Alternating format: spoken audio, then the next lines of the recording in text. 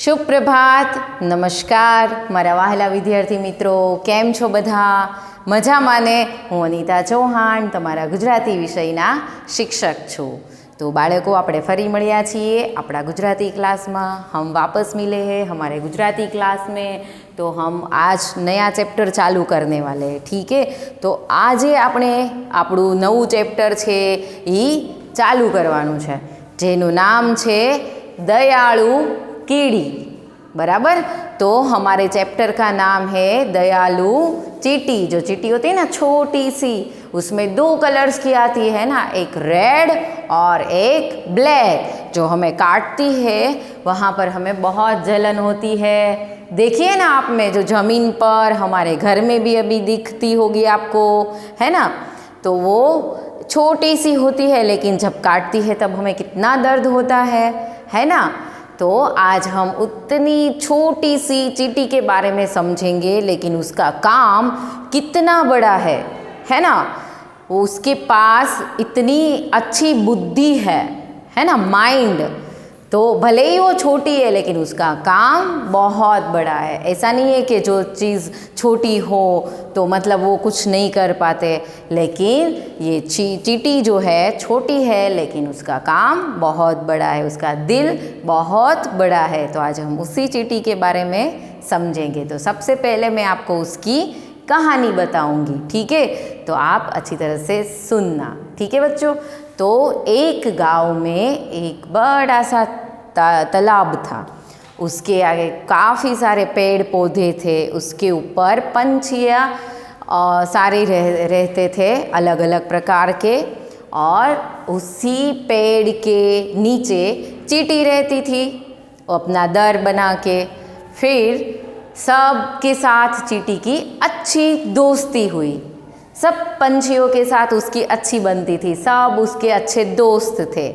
सब सुबह होती है और सब ऐसे अपनी मधुर आवाज़ के साथ खाने की शोध में निकल जाते हैं। आप भी अपने घर पे वो रखते होंगे जो पंछियों के खाने के लिए दाने होते हैं, है ना? तो आप भी लगाते होंगे घर पे। तो ऐसे ही सारे पंछी सुबह होते ही निकल पड़ते हैं खाने के लिए, और चींटी भी निकल पड़ती है। लेकिन सब लोगों को खाना मिलता है तो सब लोग खा के फिर वापस आ जाते हैं। लेकिन चींटी क्या करती थी? खाती थी, फिर जो भी बच जाता था वो अपने साथ लेकर आ जाती थी। फिर वो अपने घर में रखती थी संभाल कर जो भी मिलता था। लेकिन पंछियों ऐसे नहीं करते थे, वो तो सब खा के बस आ जाते थे घर पे। लेकिन चींटी ने जो भी खाना अपने पास रखा था वो उसे दुख के समय में बहुत काम आया। फिर एक बार क्या हुआ? एक बार ऐसा हुआ कि दुकाल आया, मतलब कहीं पर खाने की चीज़ें उसे मिल नहीं रही थी। मतलब जो भी दाने सब डालते थे वो पंछियों को मिल नहीं रहा था। फिर रोज़ जाते थे, कुछ कभी कभार मिलता था, कभी कभार नहीं मिलता था। फिर क्या करे सारे पंछी? फिर उदास होकर वापस आ जाते थे। फिर एक बार क्या हुआ? चींटी शाम के समय पे बाहर निकली घर से, तो उसने सारे पंछियों को पेड़ पर ऐसे उदास देखा, खाली पेट। फिर चींटी ने सबको बुलाया नीचे, और सारे पंछी आ गए नीचे चींटी के पास। फिर चींटी ने जो भी अपने पास रखा था खाना वो पंछियों को खिलाया, सारे पंछियों को खिलाया। और ऐसे ही जब तक अगली बारिश नहीं आ जाती तब तक चींटी ने सबको भोजन दिया, क्योंकि उसने अपने पास रखा था। तो आप सब ने देखा ना कि जो भी सामान हम अपने पास संग्रह करते हैं, मतलब रखते हैं, वो हमें मुसीबत के वक्त पर काम आते हैं। जैसे ही आप क्या करते हो, वैसे आपके पास पेपर होता है तो वो थोड़ा वेस्ट हो जाता है तो आप फेंक देते हो, लेकिन उसे रखना चाहिए, वो कभी भी हमें काम आ सकता है ना? ऐसी कई सारी चीज़ें हैं जैसे हम उसे फेंक देते हैं, तो ऐसा नहीं करना चाहिए। तो ये छोटी सी चींटी थी लेकिन सबको काम आई, है ना? तो चलो अब हम पढ़ेंगे और समझेंगे। तो તમે બધા તૈયાર થઈ જાઓ સમજવા માટે। તો આપણો પાઠ છે 5 દયાળુ કીડી. ચેપ્ટર નંબર 5 દયાળુ કીડી. બરાબર. હવે હું વાંચીશ અને अगरा शब्द છે એ પણ समझाती जाए. अब मैं पढ़ूंगी और उसके अंदर जो भी हार्ड हमारे शब्द आते हैं वो मैं आपको समझाती जाऊंगी. ठीक है, चलो. एक ગામના પાદરે એક તળાવ હતું. તળાવના કિનારે એક મોટું ઝાડ હતું.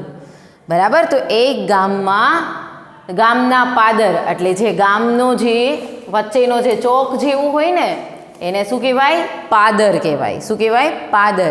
जो गांव के बीच वाला पार्ट होता है ना, जहाँ पर सब लोग इकट्ठे होते हैं, उसे हम क्या बोलेंगे गुजराती में? पादर. एक गांव के जो बीच वाला पार्ट होता है. एक ગામના પાદરે એક તળાવ હતું. તળાવના કિનારે એક મોટું ઝાડ હતું. બરાબર. તેના ઉપર ઘણા પંખીઓ રહેતા હતા અને તેના થડમાં એક કીડી રહેતી હતી. બરાબર. તો એ તળાવના કિનારે ઘણા બધા ઝાડ હતા અને ઝાડ ઉપર પંખીઓ रहता था. तो तालाब के किनारे क्या थे? सारे पेड़ थे और पेड़ के ऊपर कौन रहता था? पंछी. ठीक है, सारे पंछी रहते थे. और पेड़ के नीचे कौन रहता था? चींटी. ठीक है, तो झाड़ना थड़ नीचे कौन रहતું હતું? કીડી. આ કીડીને બધા પંખીઓ સાથે દોસ્તી હતી. બધા પંખીઓ સાથેને શું હતી? મિત્રતા, दोस्ती, फ्रेंडशिप. बराबर. तो सारे पंछी के साथ उसकी अच्छी दोस्ती थी. रोज सवार पड़े અને ઝાડ ઉપરથી પંખીઓ કલબલાટ કરતા ચણચણવા ઉડી જાય. કલબલાટ એટલે અવાજ, પોતાનો મીઠો મધુર અવાજ. બરાબર. તો રોજ સવારે પડે અને પંખીઓ પોતાના કલબલાટ સાથે ક્યાં જતા હતા? દાણાની શોધમાં. બરાબર. ખોરાકની શોધમાં. तो रोज़ सुबह पंछी सारे कहाँ जाते थे? खाने की शोध में. ठीक है, वो खाना ढूंढने जाते थे सारे पंछी. फिर क्या होता है? कीड़ी पण ખોરાકની શોધમાં જાય. જે દાણા મળે તે ખાય અને બીજા દાણા લેતી આવે અને પોતાના દરમાં ભેગા કરે. તો કીડી પણ એવી રીતે રોજ જાતી હતી અને કીડી પણ રોજ ખાય અને જેટલું બચે એટલું પોતાની સાથે લેતી આવે. तो चींटी पण ऐसे ही जाती थी. रोज़ सुबह खाने की शोध में निकल पड़ती थी, लेकिन उसे जितना मिलता था उतना वो खाती थी. फिर जितना बचता था वो अपने साथ लेकर आ जाती थी. પંખીઓ તો પેટ ભરીને ખાય પરંતુ સાથે લાવે નહીં. એવામાં એક વર્ષે દુકાળ પડ્યો. બરાબર. તો પંખીઓ એવું નહોતા કરતા. પંખીઓ તો શું કરતા હતા? ખાય અને બસ ઘરે જતા રહેતા, પોતાની સાથે ન લઈ જતા. પણ કીડી એવું નહોતી કરતી. કીડી શું કરતી હતી? ખાતી અને જેટલું વધતું એટલું પોતાની સાથે લઈ આવતી. પછી એક વખત શું થયું? દુકાળ પડ્યો. દુકાળ, દુષ્કાળ પડવું. જ્યારે કાંઈ વસ્તુ આપણને ન મળે ખાવાનું, બરાબર, કે જ્યારે વરસાદ ન પડે ત્યારે દુકાળ પડે. કેમ કે જો આપણે પણ અત્યારે વરસાદ ન પડે તો પછી આપણી ખેતીમાં છે એ પાક ન થાય, અનાજ ન થાય. બરાબર. તો પછી આપણે ખાવા પીવાનું શું કરવાનું? આપણને શાકભાજી પણ ન મળે. तो इन्हें शू कहवाय छे? दुकाळ. बराबर. तो एक बार क्या हुआ? दुकाल पड़ा, मतलब बारिश नहीं हुई तो खाने की चीज़ें नहीं मिली. फिर क्या हुआ आगे? वरसाद वरस्यो नहीं, आथी पंखीओने अनाजना दाणा मळवाना बंध थया. क्यारेक तो आखो दिवस दाणानी शोधमां रखड़ता, तो क्यारेक तो शुं थतुं? आखो दिवस दाणानी शोधमां નીકળી જતા. मतलब वरसाद न पड्यो એટલા માટે દુકાળ પડ્યો, એટલે ક્યાંય જમવાનું મળતું નહીં. ક્યાંકથી દાણા મળતા, પરંતુ હવે તો એ દાણા પણ મળતા બંધ થઈ ગયા.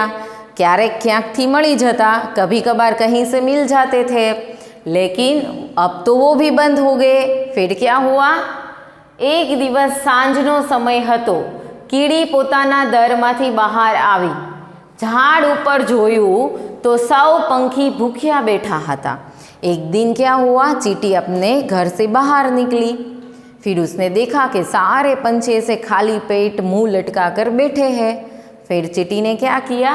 तो કીડીએ બધાને જોયા કે બધા ભૂખ્યા પેટે બેઠા છે. પછી શું કર્યું? કીડીને સૌને નીચે બોલાવ્યા અને બધા જે પંખીઓ દર પાસે ભેગા થઈ ગયા અને કીડીએ પોતાના દરમાં સંઘરેલા દાણા સૌ પંખીઓને વહેંચી આપ્યા. બરાબર? તો કીડીએ શું કર્યું? બધાને બોલાવી અને એની પાસે જે પણ રાખ્યા હતા દાણા એ બધા પંખીઓને એને આપી દીધા. तो चींटी ने सारे पंछियों को नीचे बुलाकर अपने पास जो भी रखा था भोजन वो सारे पंछियों को दे दिया. फिर क्या हुआ? आम कीड़ीना घरमां जेटला दाणा हता ते पंखीओने रोज आपती. आ रीते फरीवार वरसाद पड्यो त्यां सुधी दयाळु कीड़ीए सौ पंखीओने दाणा आप्या. तो ऐसे ही रोज़ चींटी सबको खाना देती थी, सारे पंछियों को. जब तक अगले साल बारिश नहीं होती तब तक उसने सारे पंछियों को भोजन दिया. फिर क्या हुआ? आ रीते संघरेलू अनाज दुखना समये काम लागे छे ते दयाळु कीड़ीए सौ पंखीओने समझाव्યું. तो कीड़ी जो हमारी चींटी थी उसने सारे पंछियों को समझाया कि ऐसे ही हम जो अगर पूरे साल हम अपना जो भोजन है वो ऐसे ही रखेंगे इकट्ठा करके तो वो हमें दुख यानी कि मुश्किल वक्त में बहुत काम आता है. तो सारे पंछियों को भी ये सीखने को मिला. तो हमें भी यही सीख मिलती है कि हमारे पास जो भी चीज़ हम रखेंगे संभाल कर तो वो हमें मुश्किल वक्त में ज़रूर काम आते हैं, है ना. तो आपको अच्छी लगी ना ये कहानी? आपको समझ में आई? अगर नहीं आई तो आप वापस मुझे फ़ोन करके भी पूछ सकते हो. ठीक है?